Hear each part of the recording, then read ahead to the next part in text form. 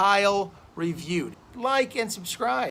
Hey guys, just finished watching Flash Season 6, Episode 7, The Last Temptation of Barry Allen, Part 1.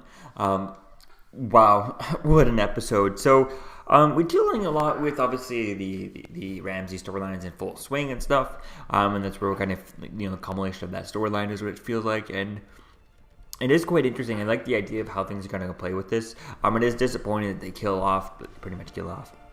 They kind of subdue, Ralph early on in this episode. In the opening shot where we pick up from last week's episode when Ralph was knocked off the building and him and Ramsey were falling. And then we get a slow-mo shot in this episode of them falling in their CGI. And the CGI is so terrible, so bad. I know we have this crisis coming up, but if this show, was on, if this was doing like this on HBO Max or any of these more expensive, higher budget things, they would have enough budget to make everything look good. Yes, it'd be higher budget for save some of the budget, a lot of the budget for Crisis and all that stuff, and that's what they should do.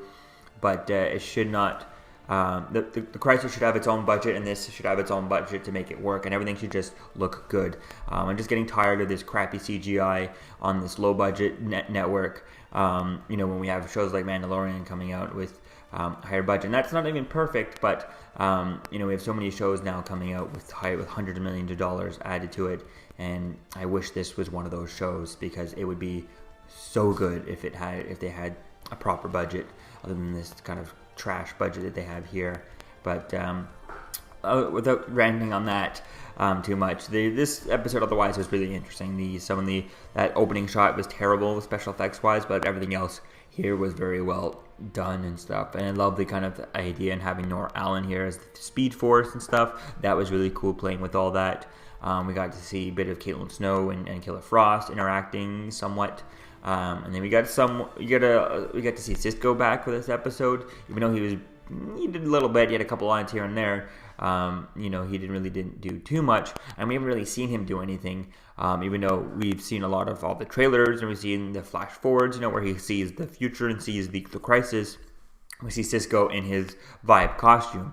So it's going to be interesting to see as to where things kind of go with that. Does he give himself the cure? Hope maybe in the next episode he has to fight the Flash, and since Ralph is out of commission, all we have is Killer Frost, right? And she's clearly not able to process the emotions of all this stuff and being able to do this. So seeing Cisco having to give himself back the powers could be something interesting, or they could just save it through actual crisis, and then when they meet up, everyone's all together and the monitor's telling them, what's going on, the crisis and all that stuff, and has them. I think there's a couple of shots in some of the trailers where you see everyone just literally at a table as a monitor kind of tells them what's going on, right?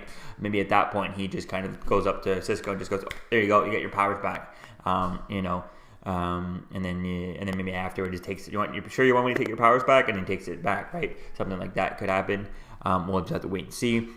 But they could just have the monitor just kind of give and take away his powers for the crisis. But it would make sense to see him, decide to give himself back the powers in next week's episode to try and fight Flash and Ramsey and stuff.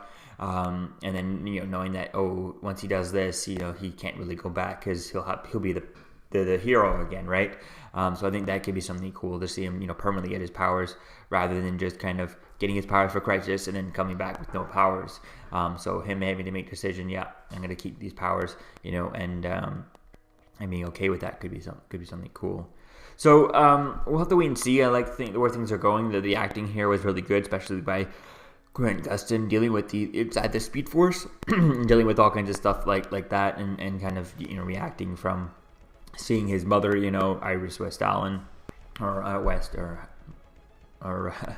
Nora Allen and stuff, and that was really kind of cool dealing with that and playing with all that stuff. It would have been cool to see a little bit more kind of crisis stuff, like somewhat built setting up, but it seems like what they're doing is setting him up by giving him infected so that he can be somewhat survive the crossover. Now, someone has to die. A Flash has to die, and they've said already that it's going to be a Barry Allen. So the prevailing theory there is that it would be a Jonathan Ship's 90s Flash. So that would be cool to see. He is a Barry Allen, he is a Flash, and that fits all the criteria that we know so far as to who needs to die. Instead of being Jonathan Ship's Jonathan Ship's Jay Garrick type thing. And I think I'm not mistaken, there was a what's his face there who plays Kid Flash, can't think of his name, but he was at a Comic-Con and he was asked if he was part of it, and he said no, but he is returning. So I doubt that probably seems like, Wally West is not going to be in the crossover, so he won't be able to sacrifice himself, unless he's just trying to unless he is there just to sacrifice himself, and he says no so that people can okay, whatever, and then completely he's lying to us to kind of have the surprise be that much more surprising, right? But I think it means that he's probably not in the crossover. So it's going to be quite interesting to see as to where things are going to go with all that.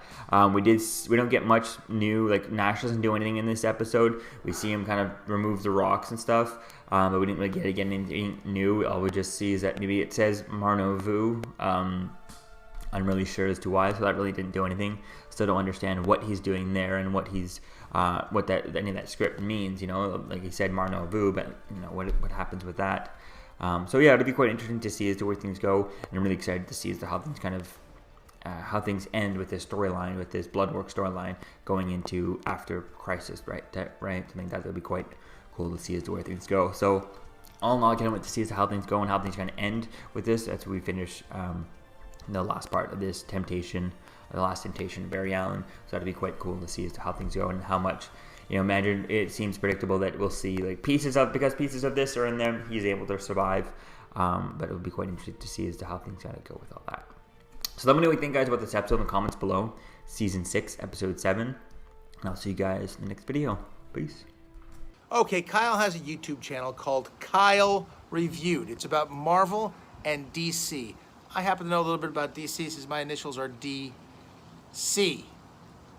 All right, so if you like Kyle's interviews and videos and reviews and everything like that, then like and subscribe. If you don't like them, well, maybe you're just not a comic book fan.